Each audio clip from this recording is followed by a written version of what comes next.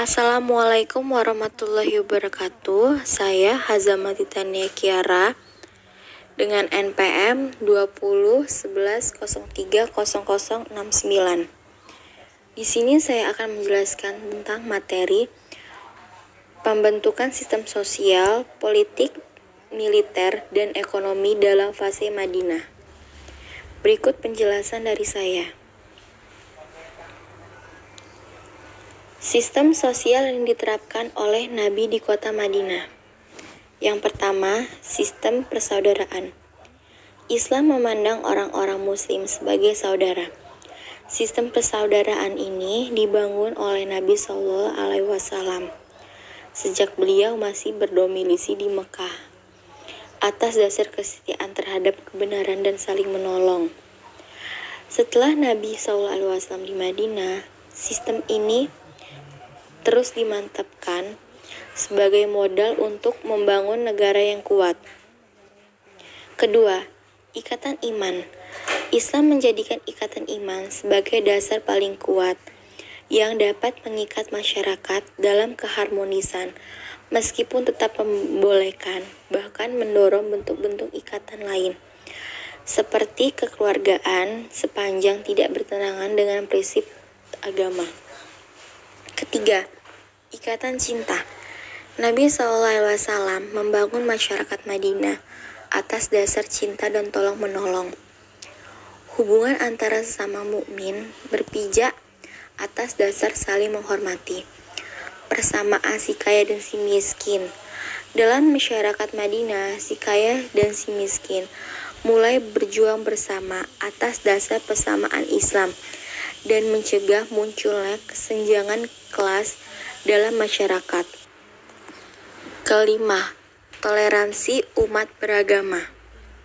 Toleransi yang dilakukan pada masyarakat Madinah antara sama agama Islam seperti yang dilakukan antara kaum muhajirin dan kaum ansar, dan ada kalanya antara kaum muslimin dengan kaum Yahudi yang berbeda agama.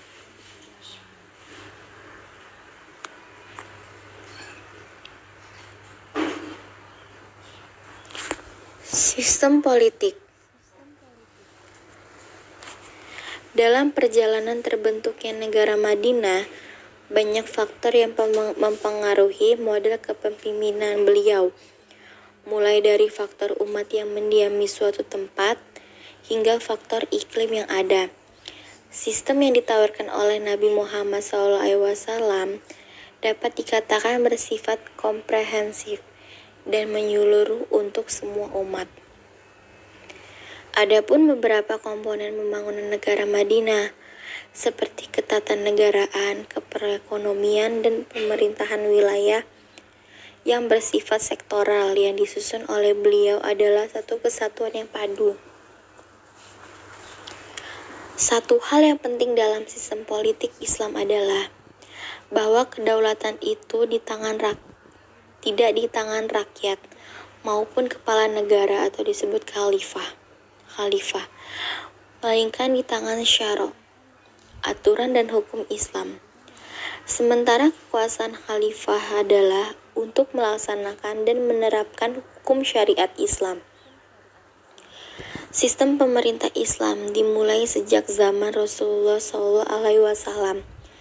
Semua pemikir Muslim sepakat bahwa Madinah merupakan contoh negara Islam pertama.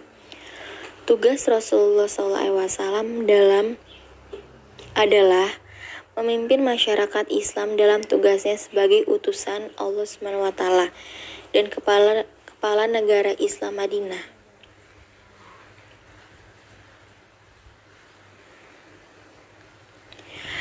Sistem militer. Untuk membentuk militer yang kuat, Rasulullah mewajibkan latihan militer bagi tiap laki-laki muslim yang berusia 15 tahun. Wajib militer ini hukumnya fardu kifayah. Hal itu berdasarkan firman Allah yang berbunyi, "Dan perangilah mereka itu sehingga tidak ada fitnah lagi, dan ketaatan itu hanya semata-mata untuk Allah." Juga berdasarkan sabda Rasulullah, "Perangilah orang-orang musyrik itu dengan harta benda, tangan, dan mulut kalian. Golongan yang masuk militer disebut Muqattilah. Mereka ini adalah kelompok orang yang aktif berperang, yang kemudian membentuk kekuatan sebagai kaum penguasa yang memegang wilayah dengan menerapkan hukum Islam. Jumlah Muqattilah semakin meningkat tajam, bersamaan dengan keberhasilan kaum muslimin menduduki wilayah selatan Irak dan Syria, tempat bermukimnya suku-suku keturunan Arab.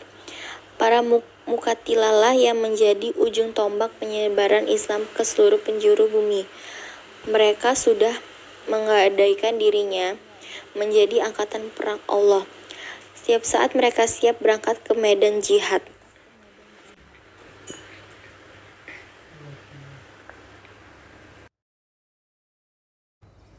Sistem ekonomi. Peternakan merupakan mata pencaharian sebagian suku Arab pedalaman Baduy. Yang mereka ternak adalah kambing dan unta untuk diambil kulit, daging, dan susunya.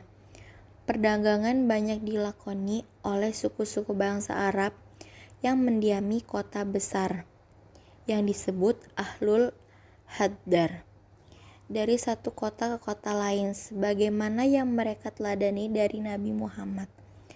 Pertanian digarap dan dikerjakan oleh suku-suku Arab yang bertempat tinggal di lahan subur seperti Taif. Piagam Madinah yang dibentuk oleh Nabi pada zamannya yang disepakati oleh ummah beranggapan bahwasannya kaum pada saat itu tidak dibedakan karena antara kaum muslim dan kaum Yahudi. Pembahasan dan kesepakatan di antaranya ada dua hal yang menyatakan bahwa orang-orang mukmin dan muslim adalah umat yang satu, tidak termasuk golongan yang lain, dan menyebutkan bahwa orang-orang Yahudi dan sekutunya adalah satu umat bersama orang-orang mukmin. Piagam Madinah menjadi wadah tujuan pada masa itu karena semua hal yang dikemukakan termasuk hasil kesepakatan antara Nabi dan ummah pada masa Nabi. Sekian penjelasan dari saya tentang materi ini. Saya ucapkan terima kasih. Wassalamualaikum warahmatullahi wabarakatuh.